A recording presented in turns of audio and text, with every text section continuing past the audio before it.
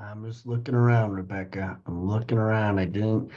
I wasn't too sure where it was going to happen today, but good morning, everybody. Good morning to you, Rebecca. Good morning to you. How Good are morning you? to you, Brock. Like I'm coming in like literally illuminated. Like the sun moves every day and you just never know because this is where I normally am at 8:15 in the morning. So this is kind of like my daytime workstation here. And you never know what kind of sun you're going to get. And right today, it is right in the middle and you can't really get out of it. So I'm going to be highly illuminated today. Your beauty is being illuminated with the sun today, with confidence today. Put lots of sunscreen on this side. Yeah. Gotta have it early over there in Florida. Where's our northern people? They're the ones that they don't probably have to worry about that. So good morning to everybody. Good morning to you all. If you could be, where are my video people? Everybody's hiding today. Everybody's hiding. You don't be scared. You come on video. Look at Amy Kane. She's just like, I don't care. I'm gonna brush my hair. I love it. I love it. So good morning to everybody. My name's Coach Brock Zevan, life coach, business coach, real estate coach, and a DAD. And I don't want to start off with bad news, Rebecca. I don't want to start off with challenging news, bad news, but I think it's important that I share this message this morning, and then we'll kind of see where the conversations goes, Rebecca. So Okay.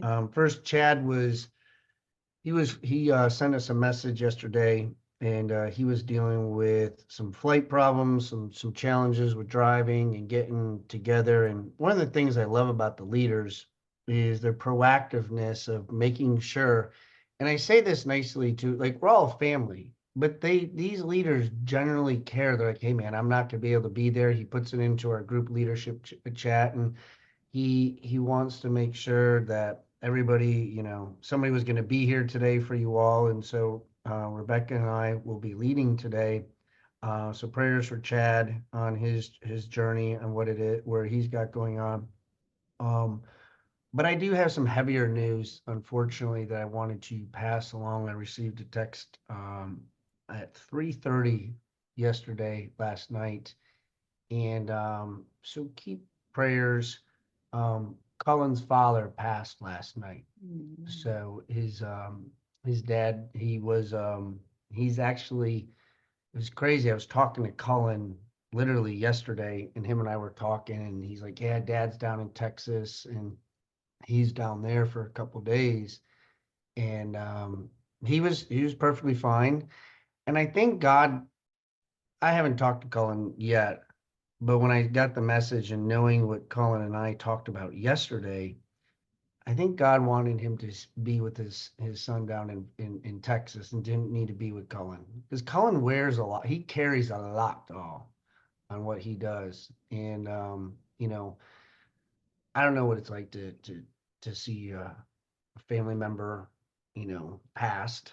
I mean, I do, but not like in your own home when you wake up and see that take place. But so just keep calling in your prayers. He's got a lot of things that he's going to be dealing with um, for his life, where he's going to live. Like it's just not a simple thing, and for his family. And I don't know if it's better that he's not there or being not close, and what that looks like, and transporting and all that stuff. So just keep him in your thoughts and your prayers. And not to bring a heavy burden into the conversation, I just thought it was important to share with you all because you all knew Cullen. All know he talks about his father and the the sitcom life that they lived, but we know that he's in a happier place and that God will take care of him. So uh, prayers for him and for all those that maybe lost somebody close to them as you um, re put thoughts in your head of your loved ones. So prayers for all those who've lost close family members. Now, how do we pivot that, Rebecca?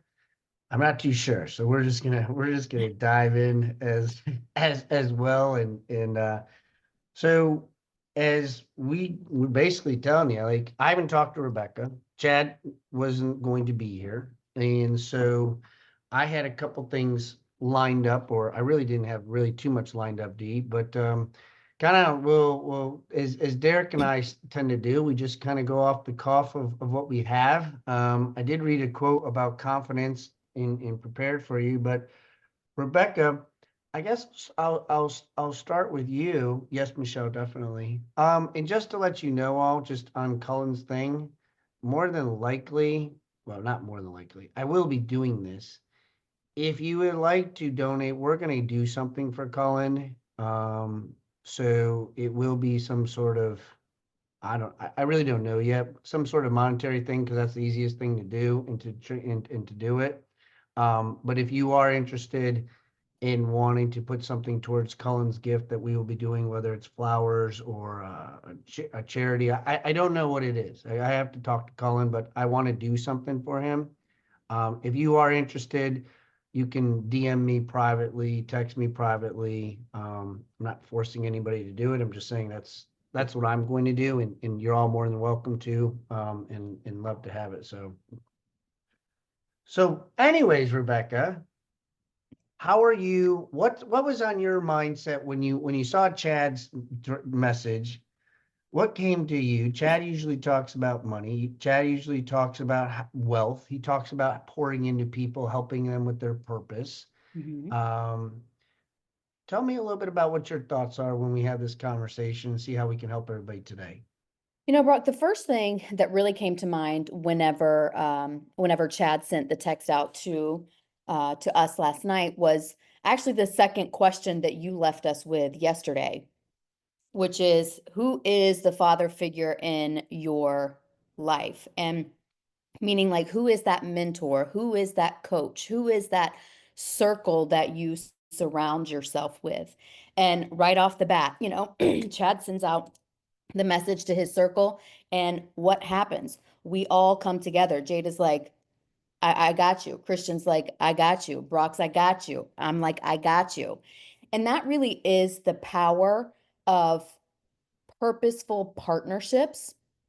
And Chad is really all about purpose and the mindset, the money mindset. How do we think about money? And when we all come together as a team, I really think that we're all unstoppable. And like even Jada said last night, he was like, like, yeah, let's go, put me in, coach. And what nobody knows is that Jada had texted me earlier in the day yesterday and sent me a picture of a card that one that he holds in his Bible and one that he received. And it really highlights the power of stepping into your confidence when you are in that mentor and that coach role. So, Jada, if you're open to it, I would love for you to share a little bit about those two cards that you've received and like what it means to you in terms of like walking in your purpose and being who God called you to be.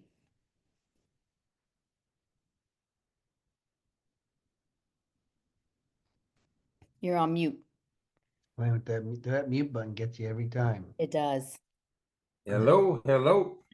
Very Hello, good. hello. Okay, here we go. Here we go. Good morning, y'all. Good morning. So listen. So yesterday, well, not yesterday, but the day before, I received this card that Rebecca's talking about, right? So my wife came to me and said, Jada, you have a little card. So I opened it up and it says right here, thank you, right?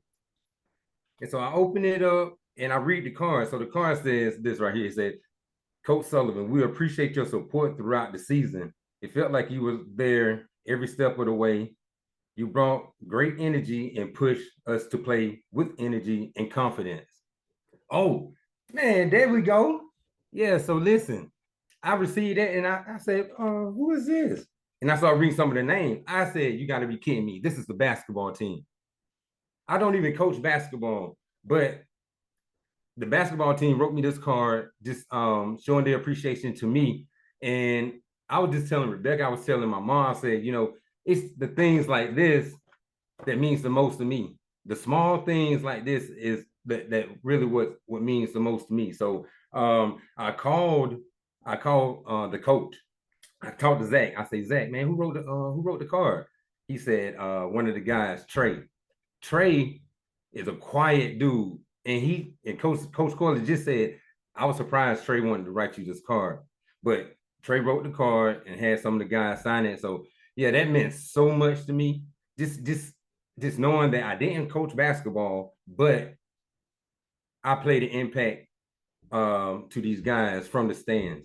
Now I did sit first row now, and I was heard now, and I let my energy pour out. But again, man, it just means a lot to me knowing that I wasn't coaching.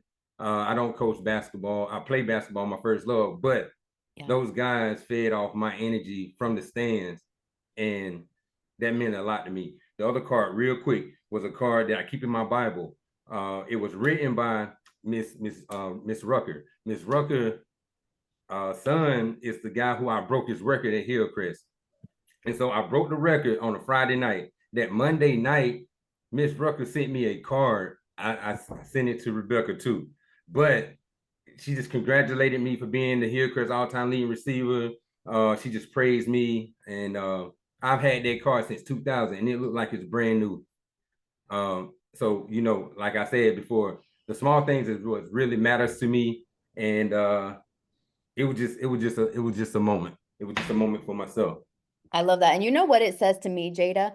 What's that? Is that the power of your presence, And so I've always had a mindset, and Brock has this mindset as well, that you cheer for others, show up for others the way that you want them to show up for you. It's like if you were out there on that basketball court and you were playing, you hear people in the stands cheering for you like they want to cheer for themselves. And it's like the power of your presence and actually showing up and doing it just like that has created a lasting impression and a lasting legacy in these children. And then even in your teacher, all of these years later, you still hold her words. And has anybody broken that record? Yes, this has been broken, but I'm still sitting at number 3. There you go. Be broken. There you go. I love it. I love it. Yeah.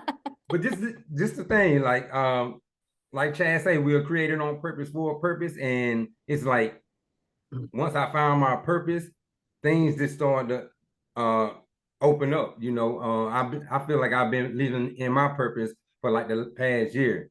Yes. Actually in my purpose, and from the time that I felt like I started to live in my purpose to now, it just seemed like God has been blessing me with good things. I've been able to inspire people. People has been able to inspire me. Yes. I've been able to add value to people. People been able to add a whole hell of a lot of value to me. So it's a great thing. That's everything. And Brock, whenever I hear him say that, I say that communication builds confidence. So Jada started communicating his wants, his needs, what he was doing, his purpose. That confidence builds the community. Community builds connection, and connection drives out loneliness. And in a day and time where the World Health Organization, as controversial as some people feel that they have deemed loneliness an epidemic in our society. And so, Brock, whenever you hear that and you think about gatherings like these, gatherings like the Success Summit that we are doing in Key West in July, what is the power of showing up in real life and continuing to push yourself to put that communication that builds the confidence that goes back and builds your community, and then the community that you drive out loneliness in your little sector of the world? You know what, Rebecca? As I was sitting here and you're asking the question, I was just like, it's been a while since I've been in a seat like this where the question's asked to me, and I'm like, normally I'm always asking the question, so like I already know everything. So I was just like, well, this is a good question. So 2 things came to my mind. First and foremost, I'm always about stories or analogies. Isn't it funny? Think back to your children. I was by leading by example what Jada is doing. There's a transition in our lifetime that happens that the people who are watching us pick up our tendencies. Our children do this specifically because they're watching us. And so like, I remember seeing Bryce brush his teeth. And as I'm watching Bryce brush his teeth, I didn't realize he's actually watching me brush my teeth. And I'm known that when I get the water, I put my face underneath the spigot and I just rinse my mouth out that way. Well, one morning, I see Bryce trying to climb up on the counter to turn the water on to put his face underneath the spigot to do what I've done, to rinse out his mouth. Now, where am I going with this? I too was a high school basketball or football coach. But as in life, we go through this and we as human beings start to think of ourselves less like nobody's watching me. Nobody's really paying attention to me. And we do our own little thing. But little do we know that somebody actually is watching us. If we're leading by example, if we're doing the right things, that people are watching you. People do see your Facebook. People are inspired by you. So Jada, as you're sitting there on the bleachers, looking at the players, inspiring them, talking to them, engaging with them, you think you're doing nothing. And for those that are on here today that you think you're doing nothing, I got news for you. People are watching you. They're watching you more than you possibly even know. At the littlest things you do. I even do little things, like I just think of some of this, I was just looking outside and I'll see a neighbor doing his yard, especially around the fall time. He's doing his leaves. And I'm like, you know what? I need to do my leaves. I need to do that too. And then next thing you know, my other neighbor is doing the leaves. I guarantee you all three of us didn't have leaves on our schedule to go do the leaves, but we were inspired by somebody to do little things that motivate us and inspire us. And if I told my neighbor, I'm like, hey man, I just got excited because like I was just sitting down watching TV and I saw you doing the leaves and I felt like I probably should do the leaves. And so these kids see you, Jada, and they see you, Michelle, and they see you, and every person that's on here, somebody sees you. No matter how insignificant you think you are not. God all created you all with the gift in some capacity. And so is what I loved about your connection drives out loneliness. It 100% does. And I never really, I wrote that down because that's so key, Rebecca, because if we don't have connection, this group doesn't exist. This family doesn't happen. We don't have private little groups of saying like, yeah, I can't make it. And the connection of being like, I'll do it. I can help out, whatever you need, doesn't happen. Yes. Amy Kane's not going to different groups now and different functions. I'm so excited. Amy Kane, I asked her, I said, would you mind coming down to Key West and putting a fitness group together for those that could be there Thursday morning and Friday morning? I then called the hotel and I talked to the concierge or the person I'm talking to. I said, hey, I got something unique I'm going to ask you. I said, could I borrow or do I have to rent out the private beach that morning so we can do our workout session? She's like, nobody's ever asked that to me. She's like, I don't see why not. What time in the morning? I'm like 6:15. She's like, oh, there won't be anybody else out there. I said, perfect. We'll take that beach spot. So now we got beach workouts going on Thursday morning and Friday morning, but Train with Kane, but it doesn't happen without the connection of Amy Kane telling me where she wants to grow. And then Rebecca pouring into me saying, this is what you need to do, Brock. This is what it's all part of the orchestra of what takes place. But guess what? We're not doing it alone. So I don't know if I answered your question, Rebecca, at all, but that's what came to me when it was propelled and I was listening to Jada, and it brought me back to my youth of these high school kids. And at some point, Jada, you're going to recognize this too, where you're at events. I think I was with D and we were at events Aspire, and a student pulls me aside and says, hey man, are you Coach Z? You used to be my PE coach 15 years ago. And I just wanted to say hi to you. Like that's a feeling you can't go to Amazon and buy all. Right. No, you can't. And Brock, you did answer the question. And the thing that I love most about what you were saying is it brings me back to a quote that Oprah said. And she says, only surround yourself with those that are going to lift you higher. Okay. Because so often in life, as we all are on our come up, as we all go through different levels in life, there are people who can go on the journey with you, and there are people who can't go on the journey with you.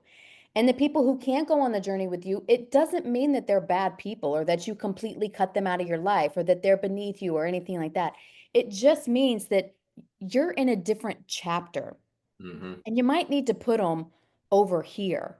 But plugging yourself into new people when as you go up that ladder of your life, because we all are so unique. We're all pieces of a puzzle, okay?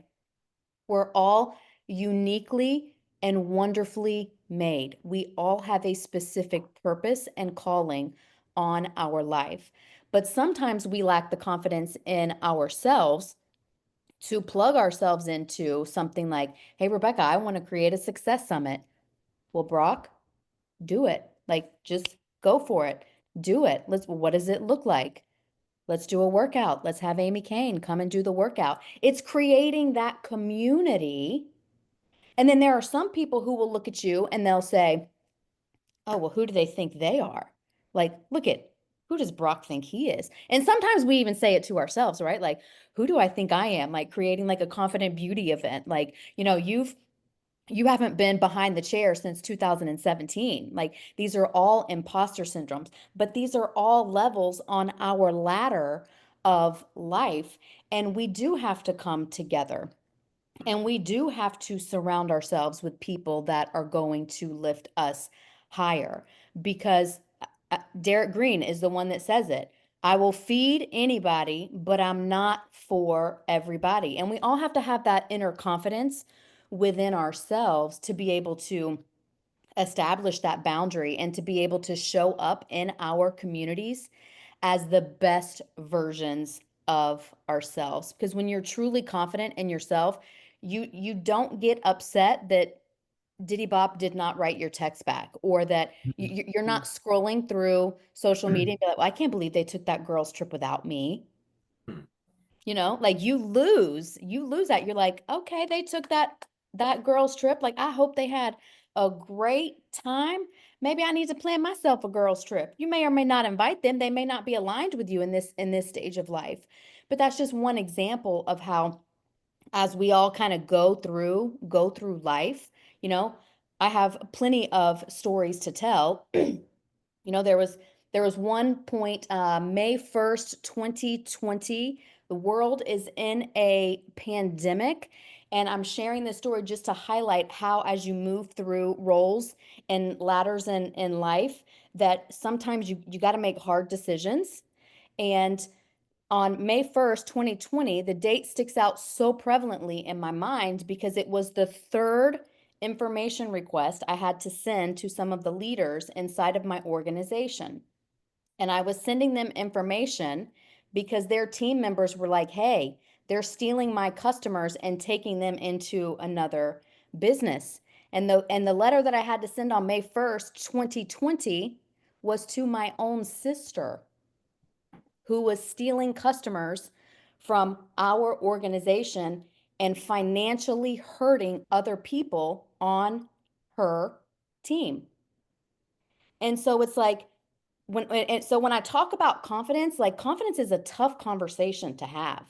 But when you know that your purpose is to protect other people, you have to recognize all the roles that people play in your life. And you have to let people be authentically who they are. Like, it's okay if you're going to continue doing this, like, please stop. And her way of stopping was like block on social media. It's caused a huge rift in the entire family, but because I made a decision to stand up for other people inside of the organization. And sometimes after situations like that, it's very hard to go back and even try to build a community because you've got all kinds of things going through your head.